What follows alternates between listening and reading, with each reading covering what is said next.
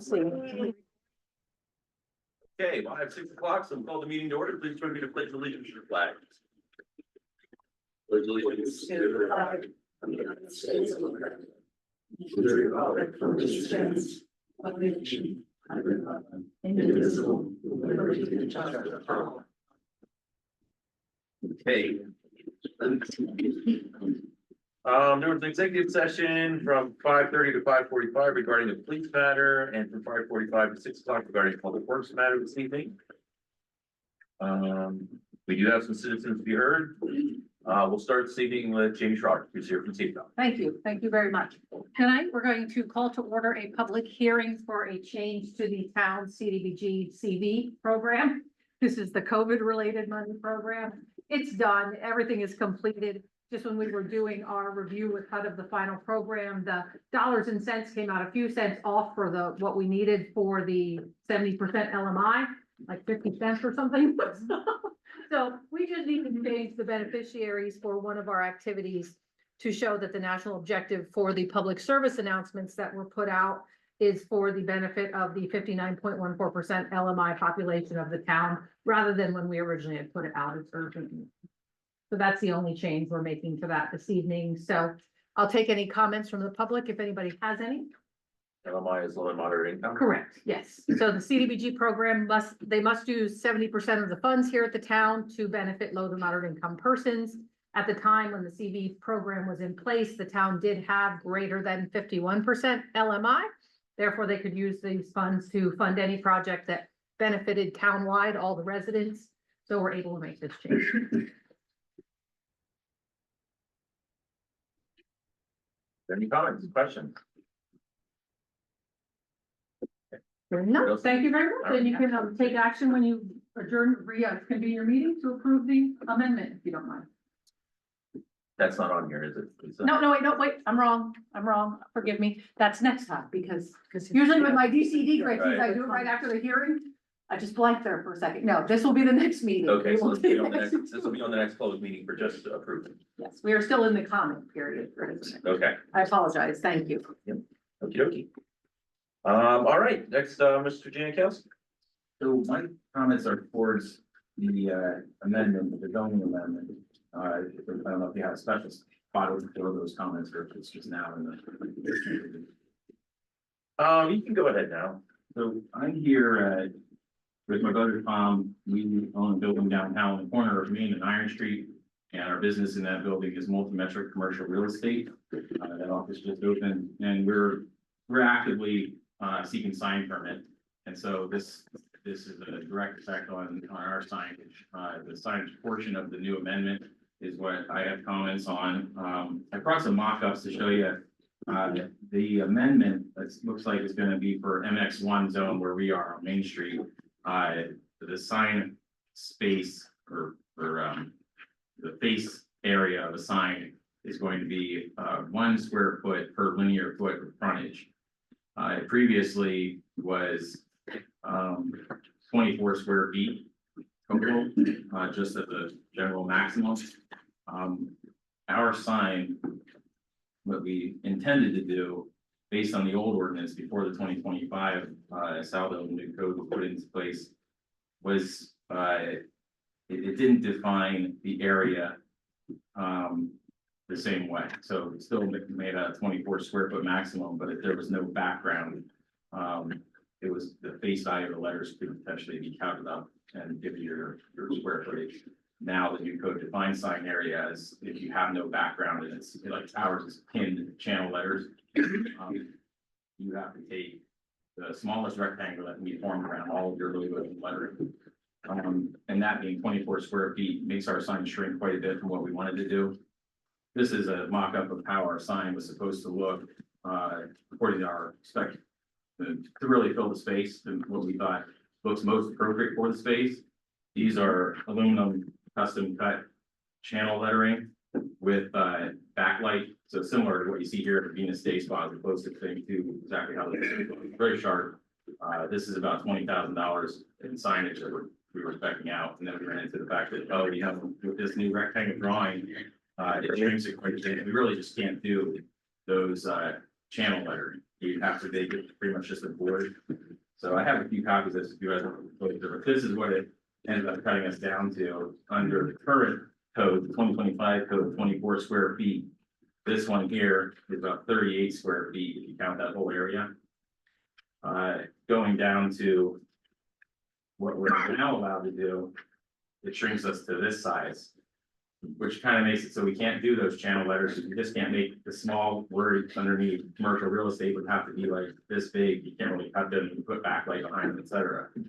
Under the amendment that you're putting out advertised now, as it's written, 1 square foot per linear foot of frontage shrinks it even more from the 24 to like 18 or 19 is what we have there. So now, if you do it exactly as you wrote it, it would come down to here. And what are you proposing then? I'm proposing that you change the amendment that you're voting on now to say maybe 2 square feet per linear foot of frontage. That would give us enough to do the sign the way we wanted to do it. I think it's more appropriate for any business that we looked at downtown. 2 square feet, 1 square foot per linear foot of frontage means if you really want your sign to cover your entire frontage, you're only gonna be, essentially 1 row of words.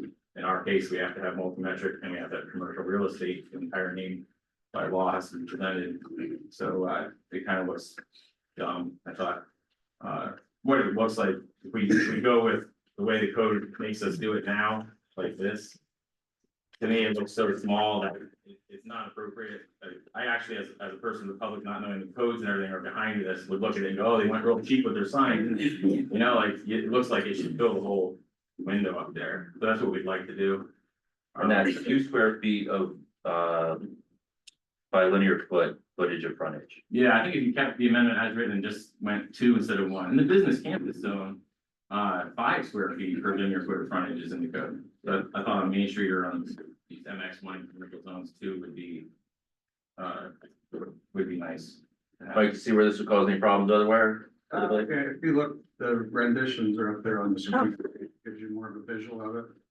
So when this new amendment came out, it was listed as max of 24 square feet. A few rumblings from business owners that are trying to put signs up, because obviously that versus the other sign, there's a big difference, I think, in how that pops and looks. That my opinion has to matter on it, but I think there's a clear difference between the two. So we tried making, and we have in the proposed version, 1 square foot of sign space per linear foot. It was an attempt to allow a wider building to put up a bigger sign. And I think that was in the right direction, which Matt did put in, and that's what I was putting. But then when I see something like this, when they called me about this, I said, why don't you just come to the meeting? And I don't want to be pitching too many changes out here at the last second, because I know we're here for that tonight too, but if you look at this seems to make sense what their proposal is. And, when you look at it, if that's a true and accurate illustration, I think to me, it looks good. So this would we would just ask that if we're in agreement with this, that we add that on as an amendment to the motion for 3A. And that was proposed, I believe, at 1 square foot per linear foot, so if you. 2 square foot per linear foot. Okay. And I think that doesn't just address their sign. I think their sign is the clear and present example. I think you walk Main Street and you look down there, you're gonna see a lot of signs, Dollar General and those things down there. They're clearly bigger than 24 square feet. The other amendment on there too is to allow, which Matt proposes, to allow a corner building to have it on 2 sides. As written, it was only on 1. And again, if you walk to Main Street, you'll see multiple buildings and signs down there that have pretty good signs on both sides of their buildings, so you can see it from, Main and Market and those sort of things. So that is also an amendment that we put in this new one to try to give a little more visibility to those corner buildings. Anybody have any questions? Anything else you want to add? Cool. All right. Well, when we get to it, if we have any other questions, we can get around that too. Thank you. All right, Mr. Fenstermacher. Thanks. I wanted to talk about that light that's at Town Hall there, right out here, obviously. My understanding is from talking to Brady that there was a, Living Civil was involved in that. What's the name of how do you pronounce that guy that did what is it? Car check. Car check. So they had I just saw it when it came up, I drove, they had like a camera thing that they have on the top there now. Cause as anybody knows that sat there before, there's times that you could sit at that light. I tested it before after I left the bar. It could be 1 a.m. and no other cars are at the intersection. You're the lone car that pulls up to that light from any one of the points, and you could wait up to 2 minutes for that to change. And that's not how it's supposed to work. It's supposed to sense the weight, the sensors, and I took a picture when I was there. There are still, the things are in the ground there. So they must not work or whatever, so that's why they chose to do the camera thing. But now that they have the camera Related thing, to a different system. I'm sorry? The cameras are related to a different system, in my understanding. Right, so that but the cameras are used separately, right? That the sensors are not used anymore at all? Or they are and they don't work?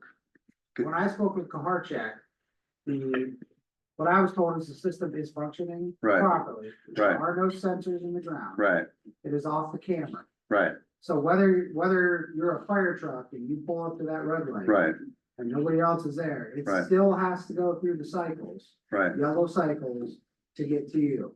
It Right. doesn't just automatically change. Sure. That's the way they said it's programmed, right, and he told me there's nothing wrong with it. Right. Now, he did say he's gonna give you a report. Now, if you wanna change it, a bit for you guys, you have to get from with NDOT. I don't know if that's more studies, I don't know. So Well, Lisa, didn't the cameras have something to do with tying into, Belmont too? It was the retiming, Okay, and that wouldn't be like camera, that would be in the controller box. Right. But we are getting a report from Hardchick. You asked probably 2 weeks ago at this it point. was last week. So once we get it, we'll certainly share it.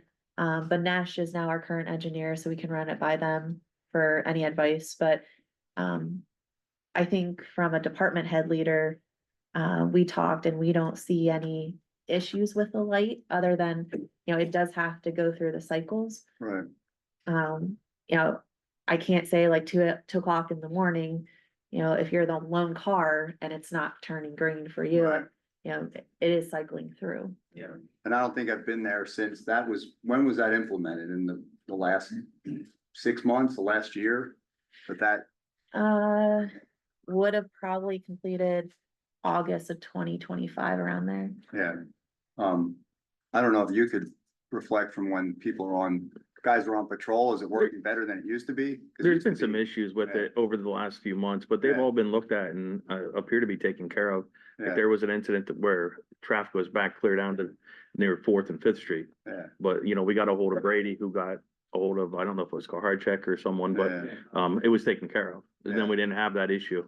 And then it would resurface, I think only twice, from what I Right. remember. It could have been more, but Yeah. it seems to be functioning properly. yeah, well, maybe it's working better now and I'm behind the 8. I just know, a year or two ago, like, you could have one of your guys pull up to that light in the middle of the night and everybody's just sitting there and I'm like, is this just waiting till the end of time? When I was at 4th Street, I could leave my house at the same time a car would go by and I could get to the intersection and by the time, I'm not worried about it, no important calls. And by the time I would get there, the light would still be red. It would be like 2 minutes and it's like, this is stupid. So, okay, but No, anyway, yeah, I think they've taken care of it now. yeah. All right, well, thanks. Yeah, the bigger concern at that intersection was getting that pedestrian leave time, which finally got completed around all. Right. So everything else just runs on a cycle, and that cycle does change based upon when students are here and Fair Week as well, so. So the cycle is a longer cycle. They When- determined based upon whatever they decided was the Yeah. average traffic at any particular time. Right. Yeah. So it is also probably different than. It's different on at- 5th Street, it's different on East Street. Right. Especially during, like you mentioned, Fair Week, Right, just to get the traffic through. but is it also different based on time of day somewhat too? I couldn't, sure, I'm yeah. not sure there. Okay. I guess I have to stay up late to find.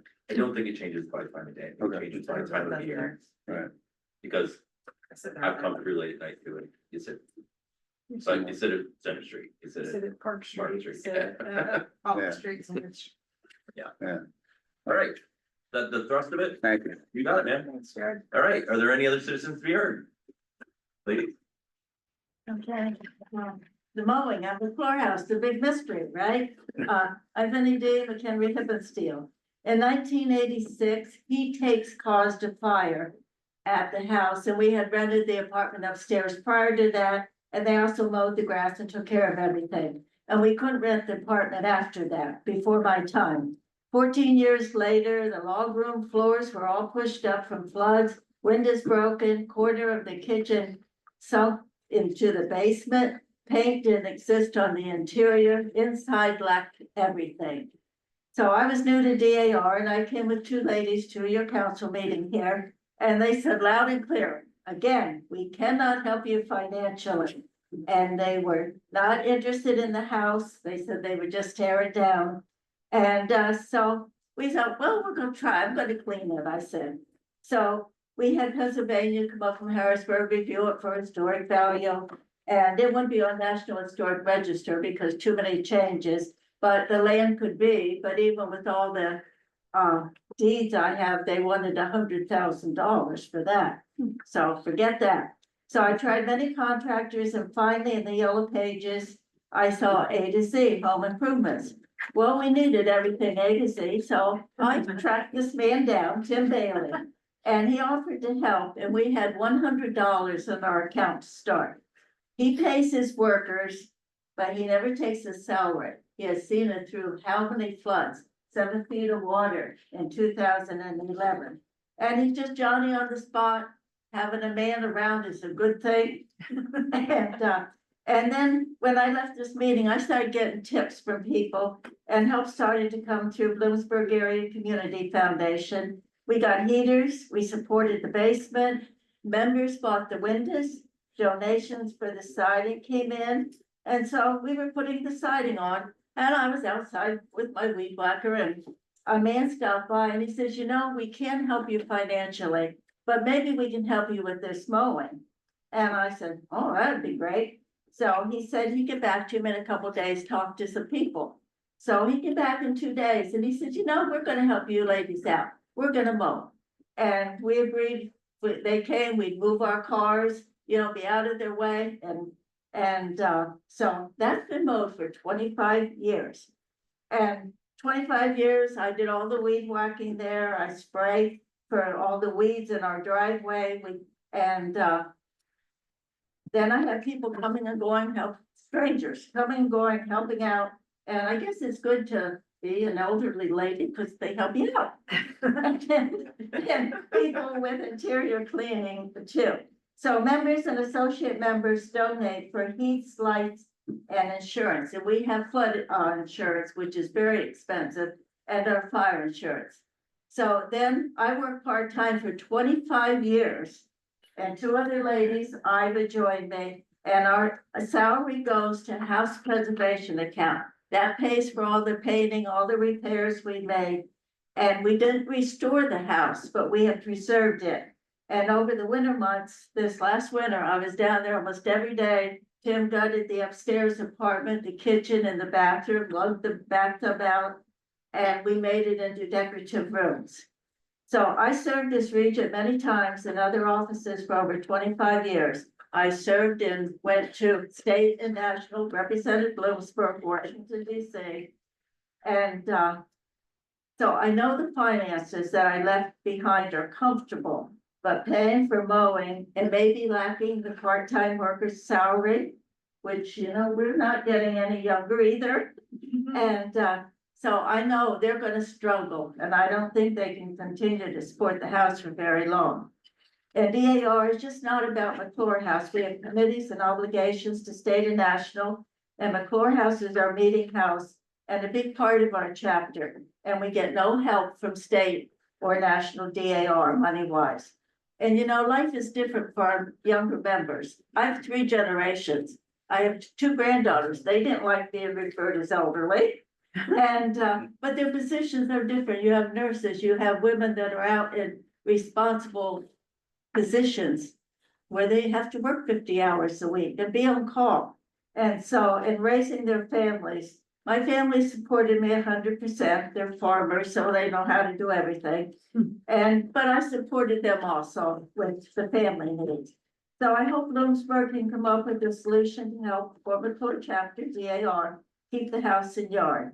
I thank Bloomsburg for the past quiet help and mowing.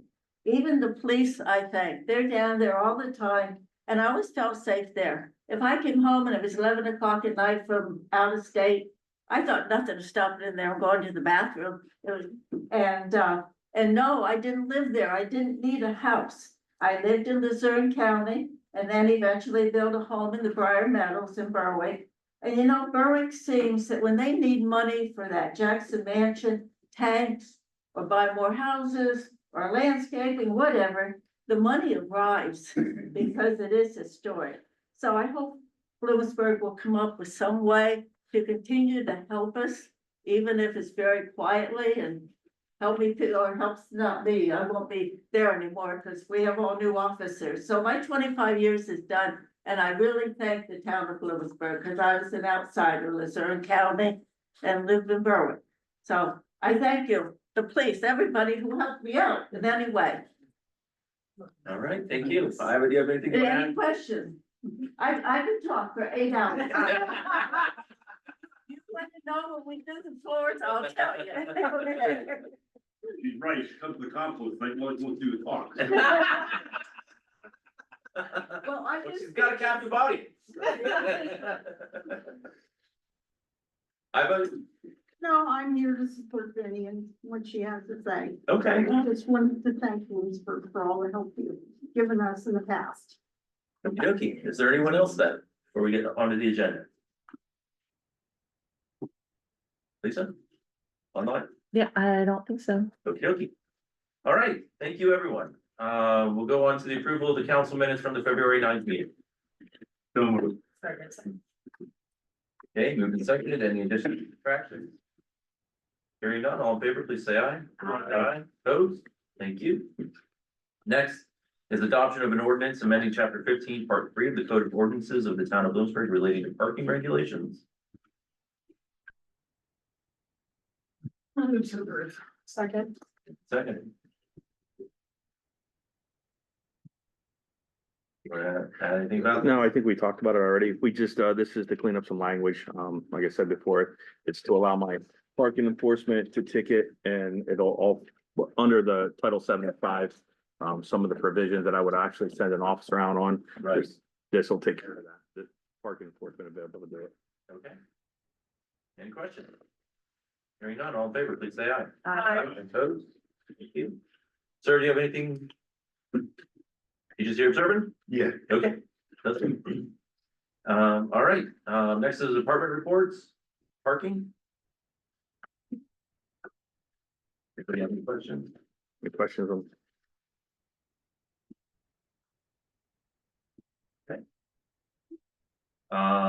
Next is the ambulance. Is there anyone here from the ambulance association? Anybody have any questions that we want to direct to the ambulance association? Okay. I had seen Tim at a meeting not too long ago and suggested it might be helpful to offer a bit of a narrative, so hopefully we at least get that back in. Good. Okay. Next is the admin finance committee. Item A is approval to hire William Stewart as the compost site attendant at the rate of $15 an hour. Second. Moved and seconded. Thanks. Stay on. I'm here. All right. All in favor, please say aye. Aye. Opposed? Thank you. Item B is approval of appointing Maria Valentin to the Codes Appeal Board with a term ending 12/31/2028. So moved. Second. Moved and seconded. Is there any discussion? All right, hearing none, all in favor, please say aye. Aye. Opposed? Nay. Nay. Okay, Just for record, Norman, were you for or against? I said aye. Okay, so 3-4, therefore, and it Okay. did not pass then. Okay, thank you. Item C is approval of accepting Anthony Silvetti's resignation letter from the Public Works Department with his last working day with the town being March 10th, 2026. Move to approve.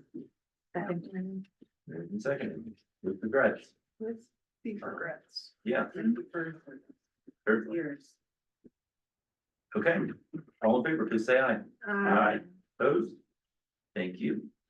Item D is approval of advertising the Public Works operator labor position. So moved. Second. Moved and seconded. Great, anything on? Yeah, we definitely need to get our position filled and get our staff members back up and ready for the season. Okay. Any questions?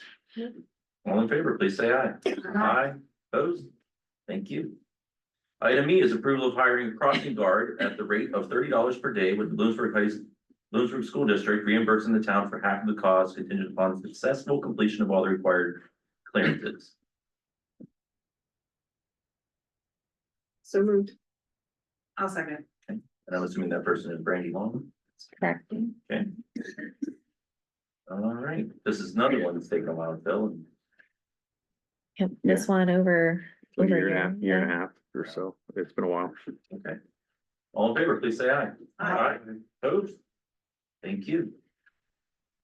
Other items, approval of advertising the revised zoning ordinance and zoning map.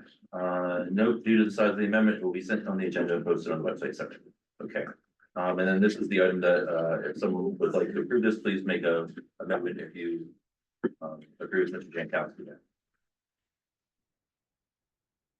I'll make an amendment to,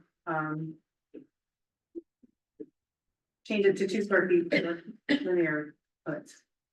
Is that right? In the MX, In the MX one. MX one, yep. Next one. Do we need to put in there there's the second sides, the second side, or is it just the one side? No, we're good on this side. Okay, good. Yep. Okay, Is there a second? I'll second it. Okay, moved and seconded. Any questions or concerns? All in favor, please say aye. Aye. Opposed? Thank you. Okay, item B is approval of awarding the Clover Avenue and Sunset Drive asphalt overlay project to Stair Paving contingent upon receipt and verification of the required bid bond, performance bond, and payment bond documentation. So moved. Second. Second, for the public's interest there, we have the chart showing all the bids that were submitted for this project. Stair Pavement is lowest, we're required to go with that based upon, I mean, it's public money we're spending, so. Mr. Stair is in the room here this evening. Oh, all right, that's what you're here for. There was a sheet that was handed out with some funds on there, with where the numbers kind of, were at bidding, and then some of the pavement projects that were prior, Thanks, along Joe. with some references are listed on the sheet. And if there's anything that you wanna add to that? Tell us a little bit about yourself. Yeah. Okay, so, I started this company, at 20 years old. So like 3 years ago, Huh? that's like 3 years ago. So, started small and, kept going and, I had my son. And, once I had my first son, it was like the light bulbs just came on and we went from doing small commercial residential to, you know, when you have your first son and they're looking up at you, it's like, it's time to work. So it's not all about you, and now it's, you know, it changes. So, we've grown the company throughout the years, more and more and more and more. We have, I mean, we've been doing great for, Where are you out of? I am out of Pittston, PA. Okay, My mother, she's our HR, she lives in Buckhorn. I'm very familiar with the area. I've been in the area for a long time here. We have built up through residential and private commercial, all of our reviews, everything. And we travel around as far as when we're working with companies that have, you know, apartment complexes that are in Williamsport, you know, wherever. Once we're in with a company, we like to take everything over and be their person to be reliable for. And now we've got into, you know, the prevailing wages stuff. We started that about a year ago. And now we're picking up to another pace. You know, we're still doing our residentials, we have 4 crews, we're still doing our private commercials, but this is a whole nother ball game for us. I could say that I do like the fact that, seeing the open bids and how it works, you know that nothing is like, this guy saying, hey, this is this number, can you beat that from a buddy or something, so, that's. We're on nice. South River for that. Yeah, so it's nice to see how everything is done, and, I really look forward to, doing more of the beyond, and, doing more and more. We have a couple other projects close to you guys that we are gonna be turning in some bids on. My company is family owned. I started it, and, hopefully when my kid's not 5 and he's, out of school and does business management, takes those courses, he'll be ready to come in and maybe relieve that a little bit. So, but, we're really looking forward to, taking on this project and many more. All right, sounds good. Okay. All in favor, please say aye. Hi. I have a Opposed? question. Can I ask a Sure. question? Is this budgeted? So it is in the budget. You'll see the additional column is the amount that was not budgeted, but we do have the funds. So on this handout sheet, you'll see the 45,380 was the additional, and street excavation has $678,000 in there. So the remaining balance, including taking out Market Street, is down to This is 426,000. sort of one of those where we, changed plans for Market Street Okay, with, Julia. okay, I Freed just up wanna money. make sure. Sorry to be the pessimist. Nope, yeah, okay. Just for record, was that a vote of 7-0 or, I will. okay, all right. Sorry about that. No, no worries. All right, item C is approval of the snow policy. I'll move to approve. I'll second. Moved and seconded. Karen helped take this to DBI. We had a nice discussion there with with merchants about just having some different communication. Should we get a storm like this again? That went very well. Thank you. I think the only question I saw is it says, if all the merchants don't cooperate, you're just gonna pack it up and go home? I mean, is that? Well, it's just more so the discretion, like if we show up, it's 3 AM and 2 businesses have used their snow. Yeah. Okay. More, yeah, not like, 100% participation, it's more so like, let's everybody try to get together and do everything and take our time, so. All right. Can I ask a question about the businesses not on Main Street and East Street? Cause I think when I read it, that was what, basically all I saw was Main Street and East Street for the snow removal. Mhm. So what about the other businesses that are still downtown that are not on those 2 streets? This has more to do with, Main Street, Light Street Road, East Street are all PennDOT roads. Yeah, So PennDOT comes and you're under guidance to plow as wide as they can. So we shovel all of our snow into the parking spaces and PennDOT comes, they plow it right back up. That's how we got these big banks. The town is responsible for the sidewalks, but we're also not the ones like creating the problem. So we're trying to like cut the difference here and say, okay, like, hey, we can't tell PennDOT to do it differently because they have to do it that way. So what we can do is say, we'll coordinate better with these areas that are long because we had problems really all along that way with those sidewalks and things like that to say, okay, hey, if you guys get your act together and put it all into the road at this particular time, we're not gonna come 5 times, but we will come once and pick it all up. The side streets and other places like that, the town's responsible for, for at least getting those roads out, so that will be the, when you get this much snow, there's only so much you can do. We have a lot of one-way streets that people park on both sides, but. I know, just in particular Center Street, by the bakery and BTE, there was a parking spot that was filled with snow. For how many weeks, I'm not sure, it's hopefully gone now because it's been warmer out and stuff, but it was there for weeks. And I saw the Facebook posts about all these other streets getting done, and I also understand that if it was only one parking spot, that it's not a very big project for you guys. But I'm still like, that's a parking spot near businesses, near Main Street, less than a block away from Main Street that people are trying to park, and it's a metered spot. So people who don't have the parking app, don't wanna pay for the parking or download the parking app and pay for that. that was a metered spot that was taken away for how many weeks? I mean, I don't know how much money the town lost, but it's Oh, still. we lost a lot of money on this snowstorm, don't worry. But like from that one spot having the snow in it that someone couldn't park in, so versus the other meters, I don't know how much money you lost in that sense, Yeah. but. Just. Less than a block from Main Street, Right, if we care about our businesses, so. Yeah, and our biggest thing is, we tried to go off of the sweeper route. And then people aren't used to it, we don't really run it in the wintertime, so then we had to tell people, hey, we're coming down the street.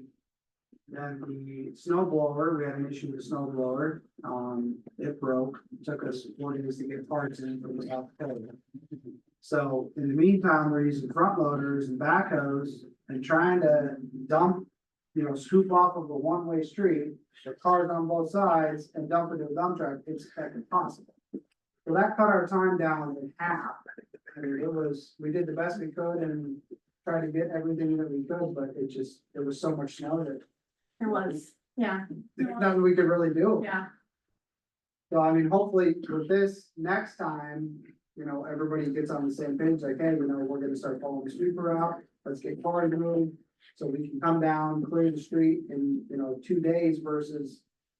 The 2 weeks that it took us to try to get stuff done, it was just, it was that. and the moving the cars is the other part that we talked a lot about, because we asked all the people that have permits in the municipal lots to move their cars to Main Street or other places so we can clear those lots, but then we didn't have the day that we said, hey, we can come through Main Street and do this, have those people, we didn't not park Main Street, so this is all just, it's Brady's first year here.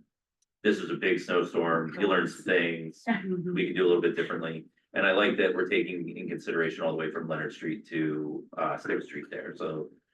This isn't just the Main Street businesses, this is really just trying to address those areas that PennDOT really plowed a lot of snow up onto, so. All right, any other questions? Yeah, so we do snow plowing as well. Use your time wisely here. Right. I know what has been done and. You mow grass. And you mow grass. And yes, they come in, man, they plow the driveways in, Mhm. everything else. But it does make a lot of sense if there is like a set scheduled date that we could give out to the public to let them know to try and remove anything that's in the way. So then the people that work here can do their work and clear it all. Yep. Without being it's multiple days, because, when they come there, they gotta be able to clear it, and again, that's just how PennDOT does it. But, having cars moved and out of the way, it makes it a lot easier for the guys to, clean up and do what they have to do. Yeah, agreed. All right, all in favor, please say aye. Aye. Opposed? Thank you. Item D is a recommendation from the planning commission to approve appointing William Stewart to the planning commission with a term ending 12/31/2022. Second. Seconded. All right, we want more. Bring it on, baby. You're just taking it up with us, that's all. All right. All in favor, please say aye. Aye. Thank you. Next is discussion and approval of a consent program related to the civil service hiring. So moved. Second. So I know I brought this to you guys before, looking to do maybe a possibility of an incentive. I have 2 open positions right now, to bring us back up to where we should be. We've moved through the application process over the last year, and now we're back into it again. I'm proposing that we do a $10,000 hiring incentive to try to improve our recruiting and see if we can get some applicants to come to the town of Bloomsburg. It just seems right now that there are several departments again hiring, advertising. They're offering incentives. If not an incentive, they're offering to send the person to the academy, which we do not do at this point. So, I mean, if we offer the incentive, because we do have these open positions, they can reimburse them. Basically, they can pay for their academy out of that funding. If we can get the applicants that we need to fill our staff. For one, we have the 2 open positions at this point. and then within the next few years, we got some retirements coming up and we have to prepare for that. You know, with having the two vacancies, there's always that increased overtime cost at this point, the officer fatigue and burnout, reduced operational flexibility, meaning it's harder to fill shifts and that causes overtime, which leads to like the other two that I just said, the fatigue and the burnout. I think that's an issue.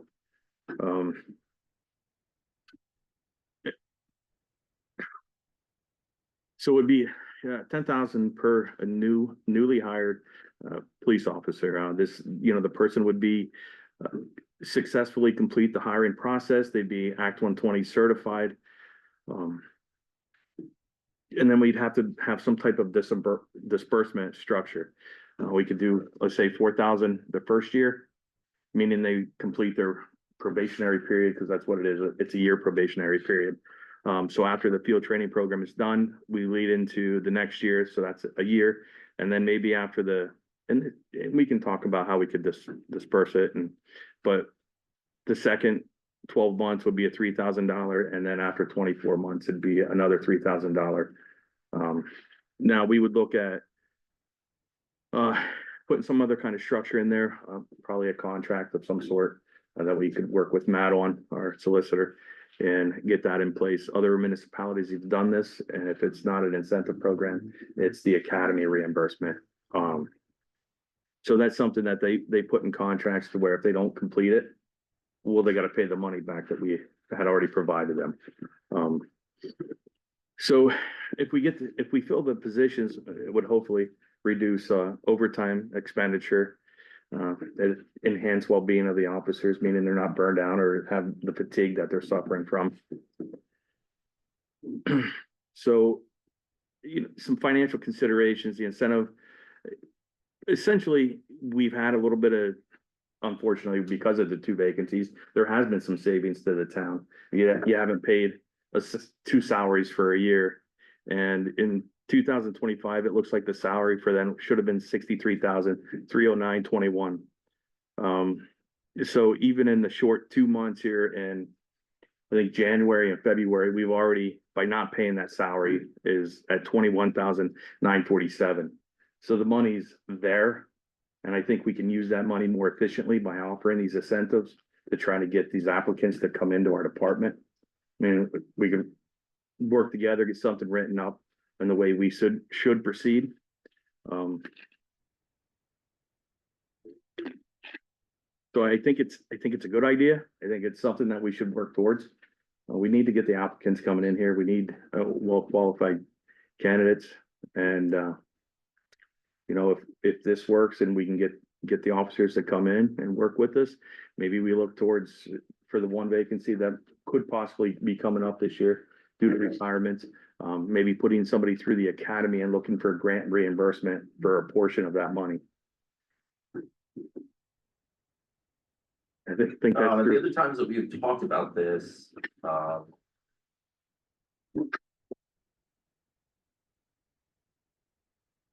most of us have been supportive.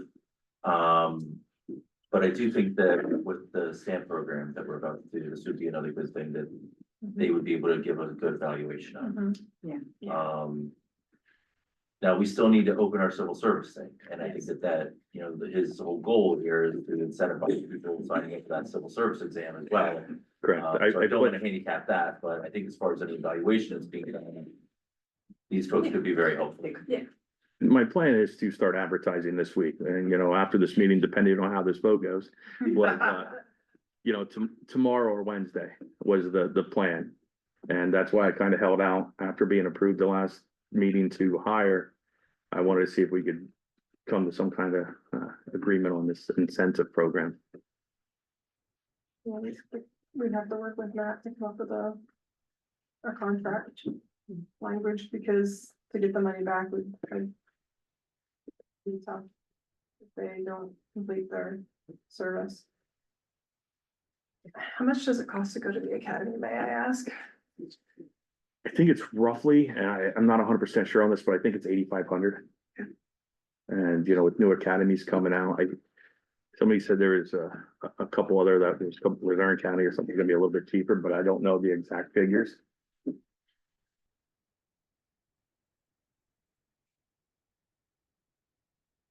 goes up every year, Like, yeah, oh my God. everything else, You do have the approval to go out for civil service. Yes. hiring. yes. Personally, I'd like more information from Sam, and not that I'm opposed, as much as I just would like more information. Because we have other irons in the fire that are going to be affecting the budget as well this year.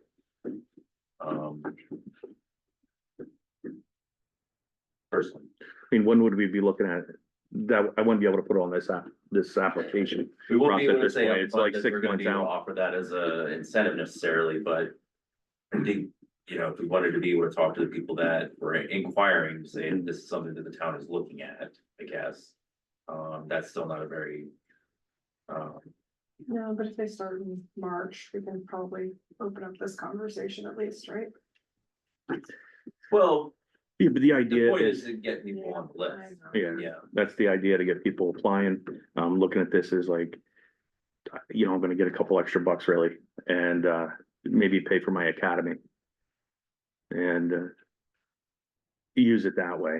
And it's that? difficult, and that's what I was looking at, what we've saved so far this year by just not having any salaries to pay, unfortunately, for those two positions. How does this go along with the contracts, with the unions? No, I mean, it's not in the contract. right, Because over the years, we've never had to go this route. but it wouldn't impact that. Well, I think it'll come up, I know, like, if we give it to a new hire and we don't give it to the people that have been here and doing the time and giving us their service. Things are always gonna come up into a contract negotiations. I can't speak one way or the other. I do believe it'll come up. But they're gonna get tired and they're just not gonna work. Right, Um, or they'll do something silly, You like can't have, accident. well, you can't have officers working 16 hours all the time. Yeah. I mean, not that that's what we're always doing right now, but it will come into vacation season again, and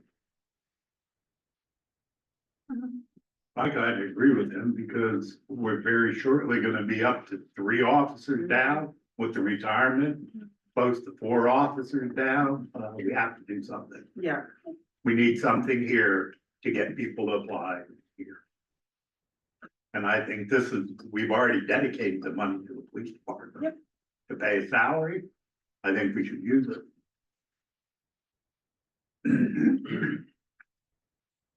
Jack, it Saying we're waiting was, to stamp it. I'm sure they're a fine company, but they're not gonna, take care of all of our needs in the first 48 hours. No. I mean, it's gonna take time for them to learn about us and do their work. I think I agree that as long as it's legal and we can do it, it's worth giving it a shot because it's not working. Whatever we're doing right now isn't working. Jack did present financials last year at admin finance for the whole department. I just wanna say, like, if one account is under budget, it doesn't mean that other accounts in the department isn't over budget. And I just like to clarify that yes, there might be savings, but there's also overages in that department as a whole. I don't know, Jack, if you have anything else to add.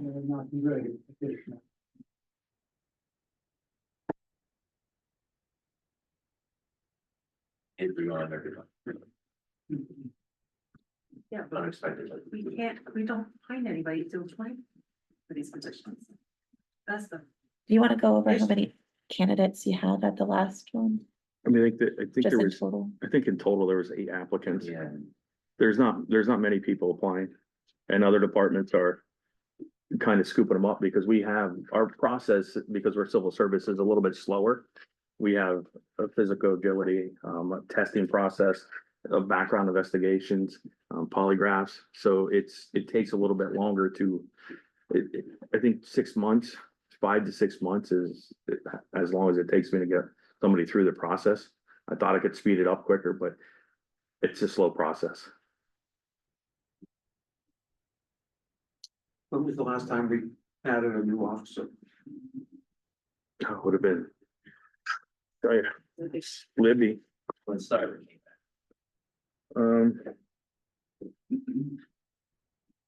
Would have been November of 2024, I think. Yeah, it's, no, August the 24th. August.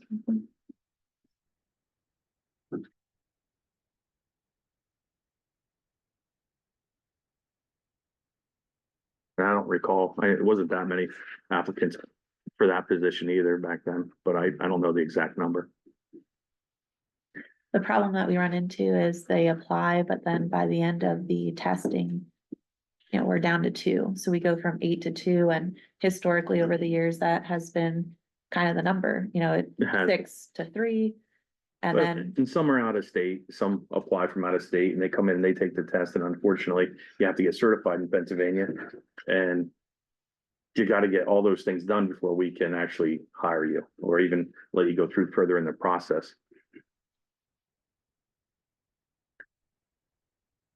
And if we were to offer to send people to the academy, how does that work? Like, they can't function. They can't function, so you're looking at probably 18 months until an officer would be on probation, because we have a year probation, and plus they gotta get through the academy. So regardless, if we do it this way, you would have to have Matt come up with some type of contract for the academy, and then you would be looking at paying them a stipend. Maybe a use of a vehicle or reimbursement for mileage. So either way, you're looking at a cost there. So you would be, let's say, $8,500 for the academy, plus you're gonna pay them an hourly wage of $15, $20 an hour. I don't know what it would be, but Okay. Just curious.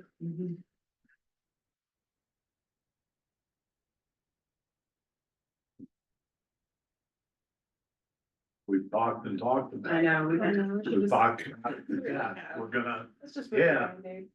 we really need to We need to hire. hire.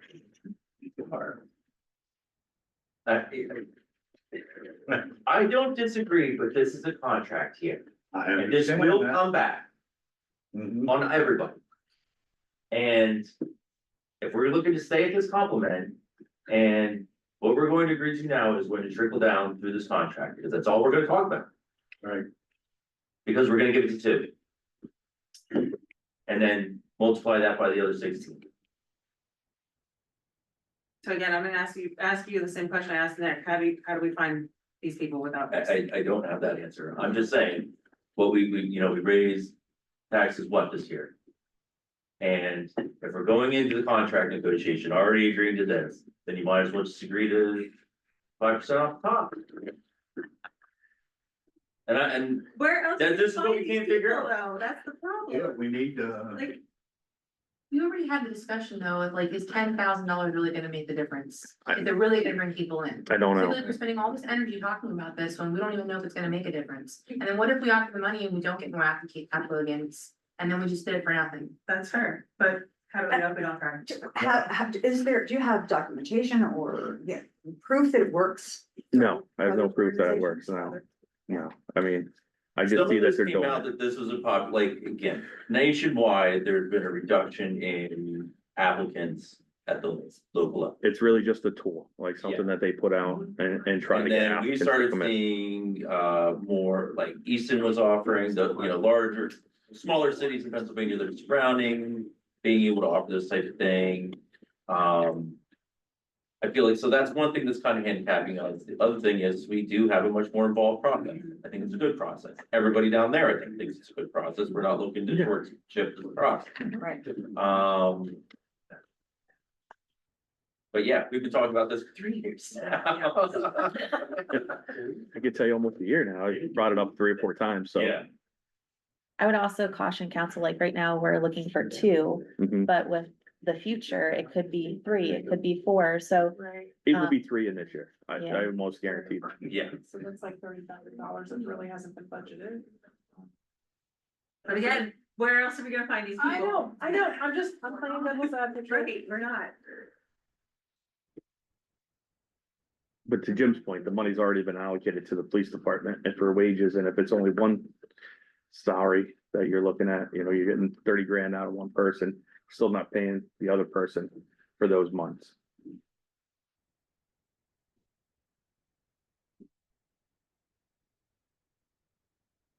How much do we know, how much in overtime we're spending in any given month? Is that a separate line item? Historically, over the years, it has been $60,000 as far as 10 years ago, and then it has increased all the way to 125,000. And it's been holding year. steady, 100,000 to 125,000 yearly. With overtime, just in that line item alone.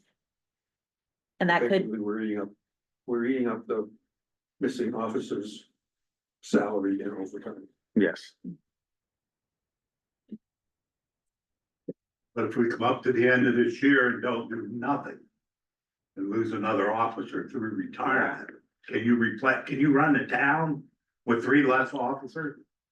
only with overtime. There you go. I mean, you're gonna be See, working, you're gonna you have know, officers it's, working, Under the current system. Under the current system. Yeah. You have Look, another, Jim, we're at the point of keep everything the same and keep raising taxes, or you have to change things. well, then come up with another system. We're sitting here talking. I If you know, have something, bring it up. I don't, System's broken. well, I'm not saying that, I'm just saying that like. We're the representatives of the public here, and that's the situation that we're in, is that Right. if everyone in the town of Bloomsburg expects the same level of service for everything, it costs more.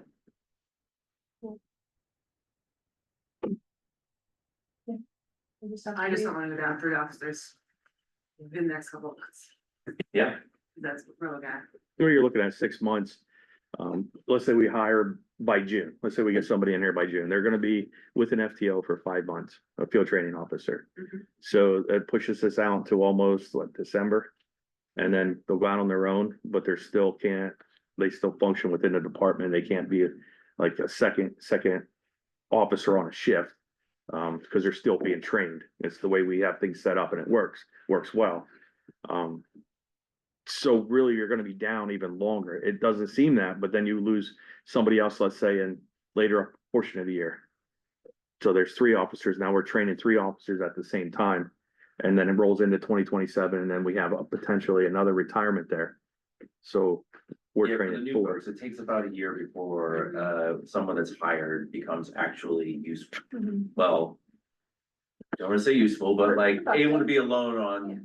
Yeah, it takes Doing their own 6 job, months, yeah. and it all depends. Maybe some people ease come the in with, burden on the schedule. yeah. Yeah. So maybe they come in with some experience and you can fast track certain things, but they come right out of the academy. Sometimes it takes a little bit longer. You get everybody up to speed and everybody learns at a different pace. And so you want to make sure that they're out there, they're safe and they're keeping the public safe. So it does take a little bit of time to get everybody up to speed and trained. And that's why when you start losing officers the way we are, like we're down 2, and we're gonna be down potentially 3 and 4 and 27. That's a lot. That's a lot of burden on the officers that have to train them as far as field training officers. That's 1 per shift really. And it's difficult. So the longer we push it out, the harder it's gonna be. And I don't know if this is the answer. Is there statistics or something's working for some departments? As far as whether it's sending them through the academy or giving them an incentive, I don't. We go to the union and explain why we're doing this. Well, we can. I'm just not sure how. If it'll make it. Say, we need to do this, but we also can't afford to give every existing officer a check for $10,000. I agree. We can try that. I mean, the worst case scenario is they say, no. Yeah, I mean, it's gonna come down to, like Justin said, it is a contract year and you don't know how that's gonna go. Yeah, that's my worry is with the. But I mean, before we even come up upon the contract, Certainly. proactive to say, let us do this so we can get your officers some help, or you're gonna shut us down. Yeah, I can try and talk to them and see what they say, but Yeah, right. Liz, I have a question. Can you tell us about the application process? Because like I Google Bloomsburg Town Police, Mhm. I get to the Bloomsburg Town website, then there's scroll down, takes me to Crime Watch. Yep. So I don't know if that's actually your website or you It have a is. separate website. So If our that's your website is I found Bloomsburg. employment and the only thing listed there for jobs that are even open Mm. is pay park or the parking enforcement. Well, ours isn't being advertised yet. I'm waiting until after this meeting. but it should appear right there too. It'll be on Crime Watch's, our website. It's bloompd.com, but it'll take you to the same Crime Watch. And where else do you advertise? Uh, Like how LinkedIn. big is the audience that you're actually reaching if you're only getting? And maybe it's just that not that many You know, people, at least, I don't know. We've tried. Yeah, we've tried different, So, like, we've tried several different platforms. It just doesn't seem to increase, the applicant pool. We've done PHEs in the past, Indeed, radio advertisements, the New Really? York Times, Philly Tribune. We have Milton. officers that teach at different campuses that. Again, the reports that we're getting is that a lot of those cadets that are there are already spoken for because of these types of programs. So they work depending. so then it seems that it is working in some sense if they're getting more people into the academy. That could be. Could be, yes. There's also a lot of things that play a part, like PSP changed their qualifications for That was the becoming, big one. you know, a state trooper, so. You know, that also opens up the window where a lot of municipal, maybe police officers now are gravitating towards better benefits at the state level, so. It's a hard competition when salary and benefits are really capped for the town. And that's been one of the things that we've seen too. It's like if you start with 8 people and some of them have experience or otherwise, I mean, it's what, 18 to go to the state police now? 21, What, it's just 21? it's still 21. Okay, but go to state police, go to the Fish and Boat Commission, whatever, it is, like, you know, they can get pulled off and get into a job faster than they can in Bloomsburg. Which. We're not looking to change that really, which is the tough part. Yeah. But is there any other questions? I mean, might as well just put it to a vote at this point, because this is another one we can talk about all night long.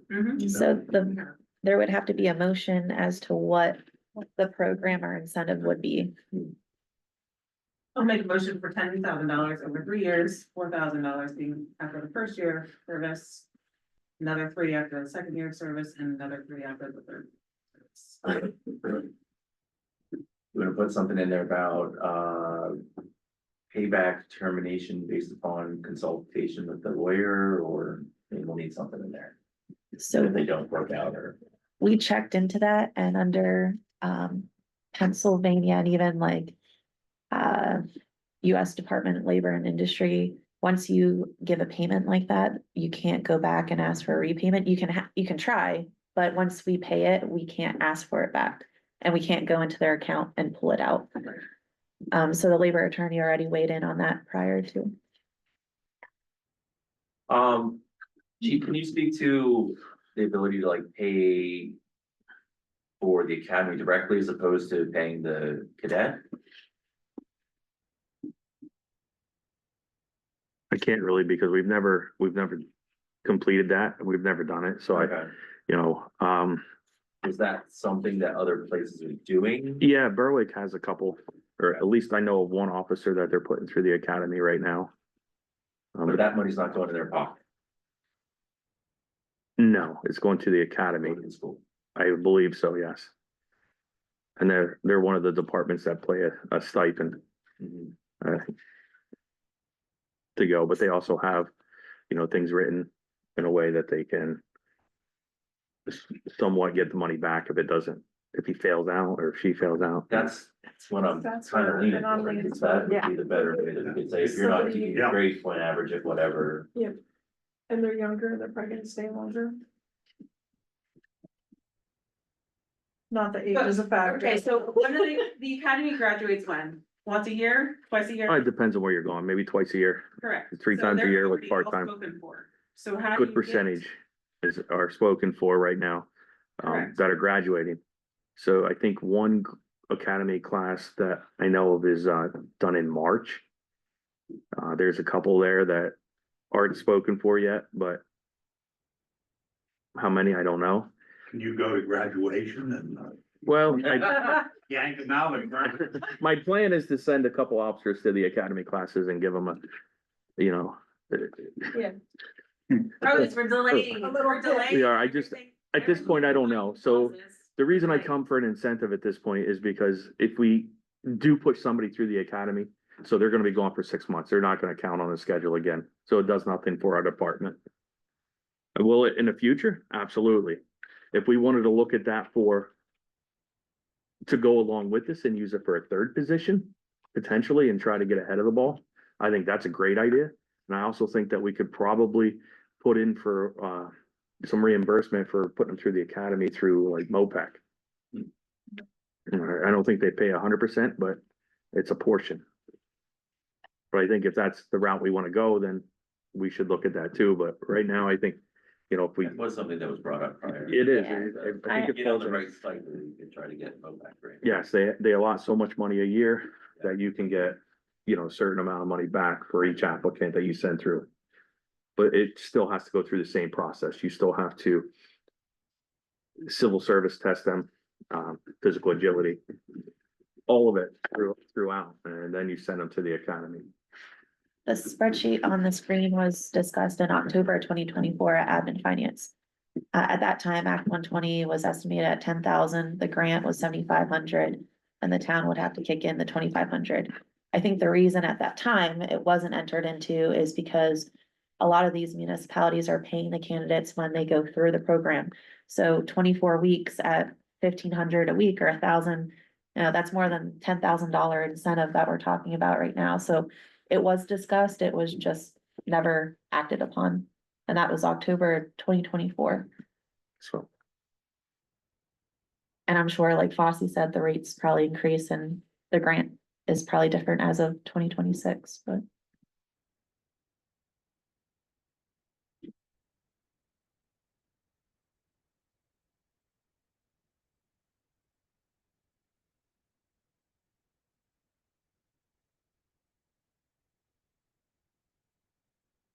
My motion still stands.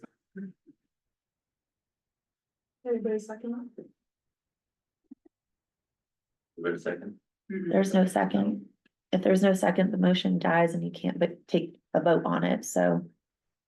I do have a question. I know I'm not part of the Bloomsburg Township, but, Ken, through the years, we've hired interns, from Wilkes University, and King's in our administrative office, and we've laid them out and, which ones we were gonna hire. But at the same time, I can tell you, when I was in school, when I came out of high school from Crestwood and Mountaintop, I was gonna go for exercise science, okay? They said, what do you like to do? I like to work out. Okay, didn't know what I wanted to do. So I went for exercise science. Okay, I was eventually gonna be maybe a gym teacher or something. After my associates, something else happened and I decided to get into asphalt, right? And so instead of just looking at the people that are going towards the academy, maybe pulling up in the university where there's other people, there's change of minds, right? Not just the guys that are going to be a police officer, there's other people that they're forced in the school, then they're here and they're going through all this stuff. They really don't know what they want. And then, by the time where they're at, just maybe doing a little bit recruitment from the school, there's always gonna be someone that, they've been going, they've been following through this, they got their associates, they're in bachelors here, and they really don't, is that really what they wanted to do, and to be able to give them an opportunity to go and, go to the police academy, that might mean a lot to them compared to, something else that they really are not into, so that would be my suggestion. Is maybe more than just going right to, I believe that if Bloomsburg, I'm not sure, do they have a force for bachelors for going into police? it's criminal justice system. Right, okay, so there's also people that are going for things that they're just doing it, and they're probably at this point realizing that what they started out from leaving high school and thought they had to go right to school and do this, that, and the other, and through the years find out that that might be not what they want. And just a little bit of recruitment or having them come as a intern and talk to them a little bit, and feel them out and putting that out there, and then, picking and choosing who you feel like is someone that you would wanna bring into an academy. Thank you. Yeah, I think that, I mean, it's worked well for us in other categories, but I'm first to say is I went to be for exercise science and I'm an asphalt paver. So. My brother's a philosophy major.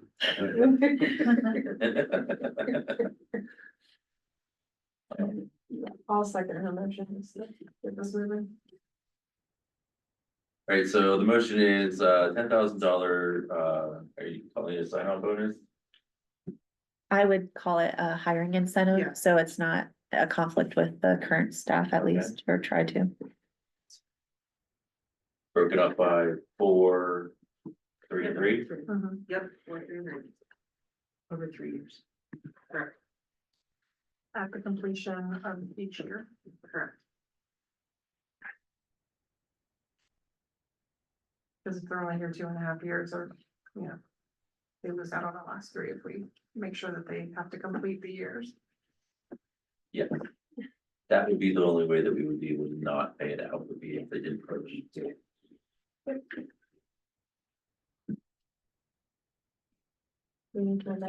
So paid out at the end of the year. Correct. Yes. So just so I have it right, 10,000, 4,000 at the end of year 1, 3,000 end of year 2, 3,000 at the end of year 3. Correct. No Okay, prorating. No, and Chris, you second that, I second. and we're calling it a hiring incentive.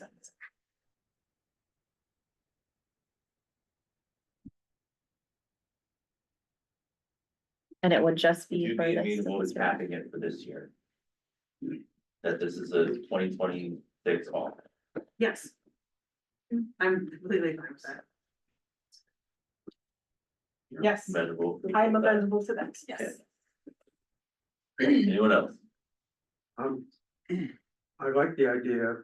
I'm still worried about what it's gonna do for the contract, and Again, I can't vote yes until we at least reach out to the union and see, explain to them what our situation is and see if they would go along with it for, a 1-year trial, and we're not in a position to give existing officers the money because it wasn't, offered at isn't that this just time. opening up the can of worms earlier?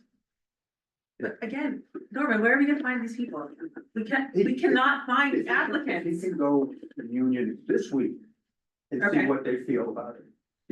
Table it till the next meeting and a short period of time to go out and just, put your toe in the water and see what they say, because they may agree that the officers are getting tired of the overtime, not likely, but they may agree and be willing to let us have this without making it an issue.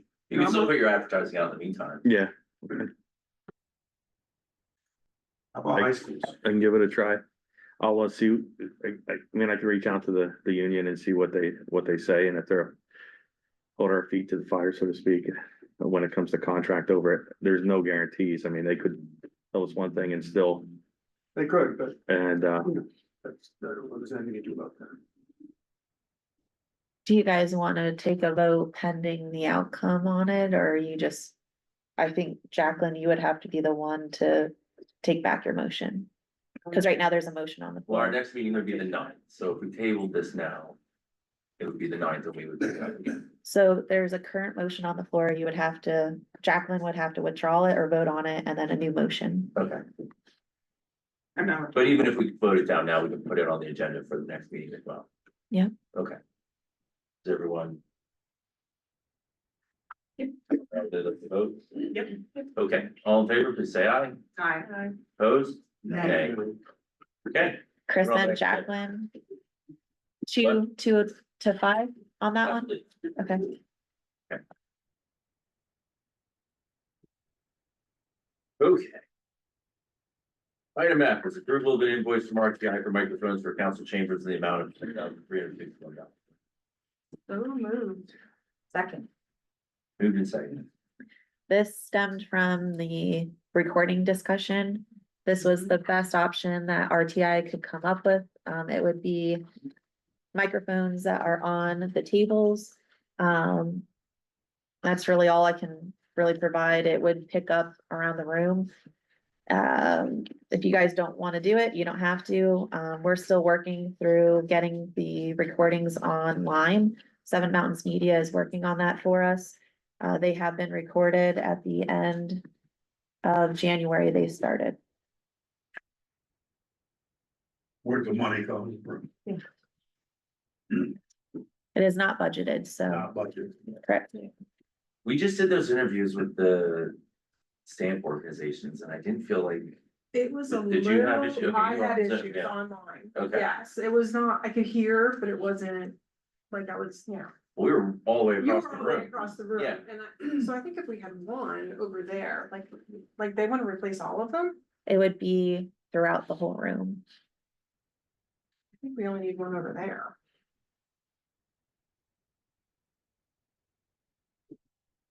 How many microphones was it? It was 5 throughout the room. Start doing a hatchet job to assist them with what we paid for. We already have that, like, we didn't invest in the room, so we have the owls and we've been making it work, but. You know, the fact that we want to record it and then there's recordings on the online. It's either you want to invest in having them, be audible and clear, or just we don't post the actual recordings. Well, it's not that. They're recordings. I mean, we cannot help the level that everyone speaks at in a public meeting. There's options. Yeah. Yep.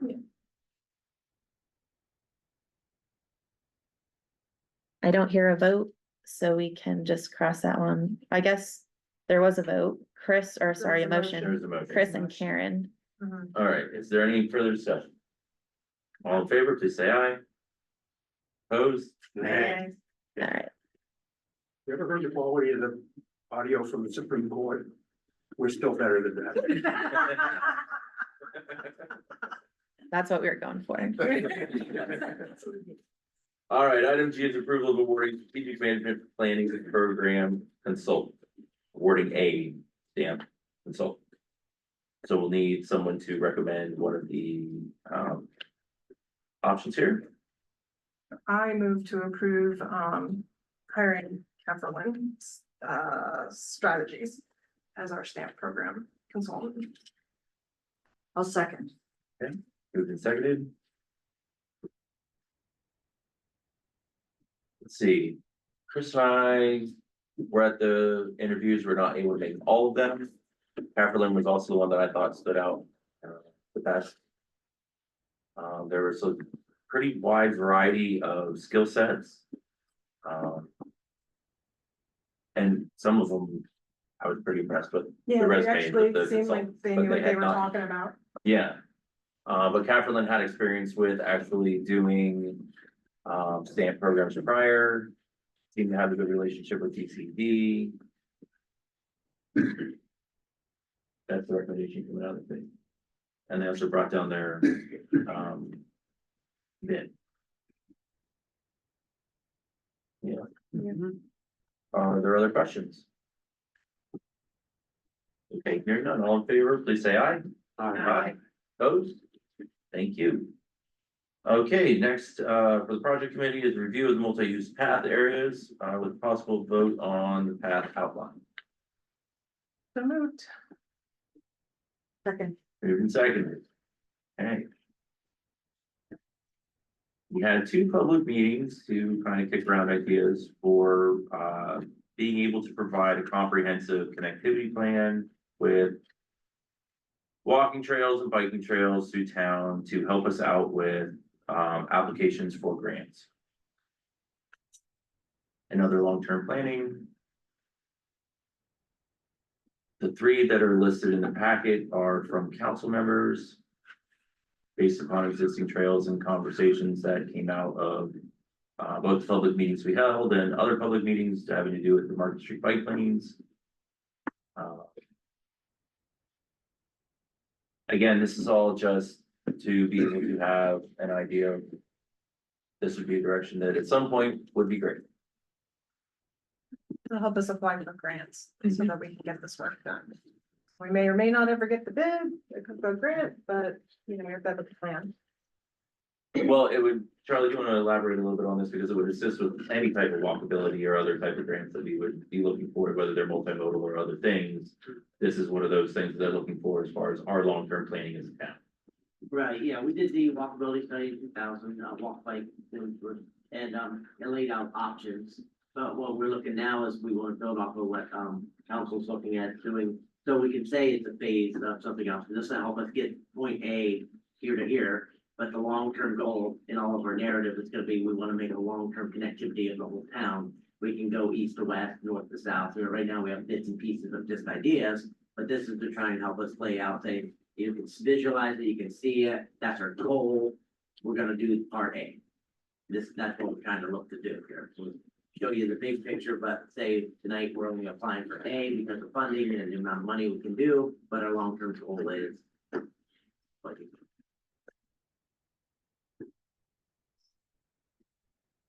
So we could pick one of these, we could modify one of these, we could continue to have a few more sessions to try to get more submissions, either online or through other public meetings. Again, this isn't, none of these are a project that we're gunning for tomorrow. This is all just a step to try to improve our odds for other things. I always put the caveat that the grant window is 3 to 4 years when you're. So I mean, it doesn't have to be next year, but you know, being planned out, even doing a DCR grant this year, we have 3 years to make that application and bid it out and get it ready and stuff. So it's great to be in advance of what we're writing towards now. So for the next year's round, you know, just ideas of how we're gonna stage this and piece it out. And our current goal is to get some monies for improvements on 7th Street. Yes. Yeah.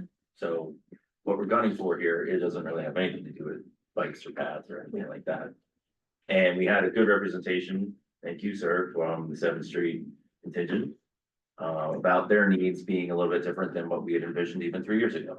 So it's been a area that we've been trying to improve for. At least, okay, I was gonna say at least 4 years now. You know, with the BART being completed, that really shows heavily on applications because it's $1.8 million that was a town project. So that also helps with submissions. You know, trying to connect everything.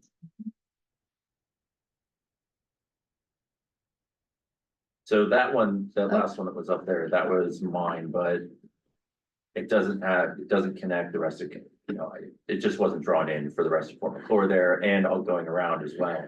So we could probably do a hybrid of the first one. And the Well, I second. think we would take all three, I like and we the just third one. overlay them together and then just make it one.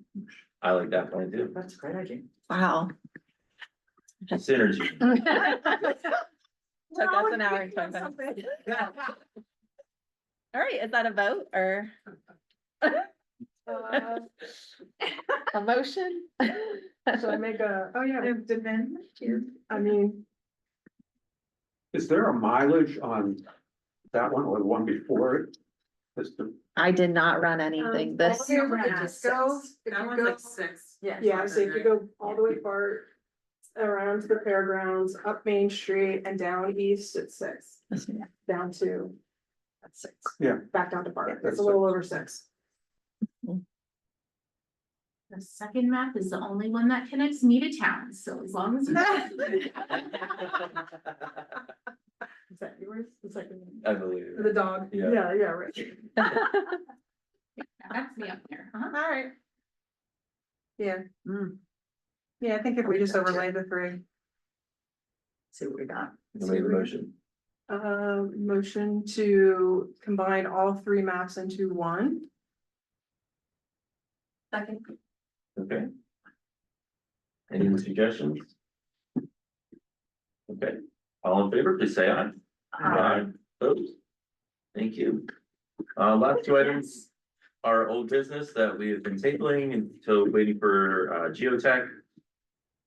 Which now that the snow is melting, hopefully that get on that sooner rather than later. But I'm assuming you want a motion again to table those until the next meeting. I'll move to table it for the next meeting. Second. Moved and seconded. All in favor, please say aye. Aye. Aye. Opposed? Thank you. Is there anything else for the good of the order? Yeah, I'd like to say something to you, sir. I thank you for what you said about going up here to the, maybe looking into the college. I bring that up every time we're gonna hire somebody. And for some reason, they don't take into account what I do, but I know the fellow I'm gonna talk to up there. Also, when I said high school is, before I got into exercise science, I was recruited into the Marines at 17. Swear in Harrisburg, there's kids right there that are getting ready to graduate, Bloomsburg, you name it. And before they decided to just go jump into unfortunately, there's some people that, have, some families that are helping them and they already know what they wanna do. And then there's some that just, they're not sure, right? So maybe putting in a little bit of a, right there, because just like the Marines do and what happened to me, I was going in on a buddy program, at 17, and that was an awesome thing at the time. And, but we were recruited, right from high school. Maybe I don't know what it entitles to, what you guys can offer, but there is people out there that's putting that out there from the schools. And I've seen it happen for us as using people in administrative, elsewhere, and, not even just interns, just going into the schools, because we hire all the time. We have a lot of chiefs, tons of chiefs, and you know what helps the chief is when we have some Indians that are there to help out, and it's hard to, get a guy that wants to be the labor guy, which is one of the hardest jobs, but still, and start from that. I started from throwing the shovel, right?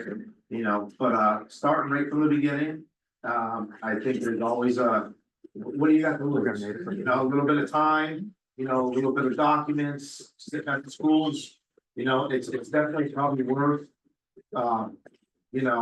besides just putting it out, you're gonna put it on paper, you're gonna put it out there. We do a lot of stuff with Facebook. We Facebook racks and a lot of people, we do a lot of stuff with Google, but that's people that are searching. And, but at the same time, as these kids that are starting out young, There's 7,500 kids up here. Yeah. And I'll bet there's at least 2 who aren't happy with what they're doing. exactly. Do we advertise up there at the college when we go for police officers? Do we advertise? Well, We talk to the professors. All right. I'm just protecting my kid, not really. I moved to adjourn. A little predatory. Yeah. Well, where did those guys start out then? All right, all fair, good side. Thank you. Thanks, everybody, appreciate everyone's time. Yeah. Nice, Yeah.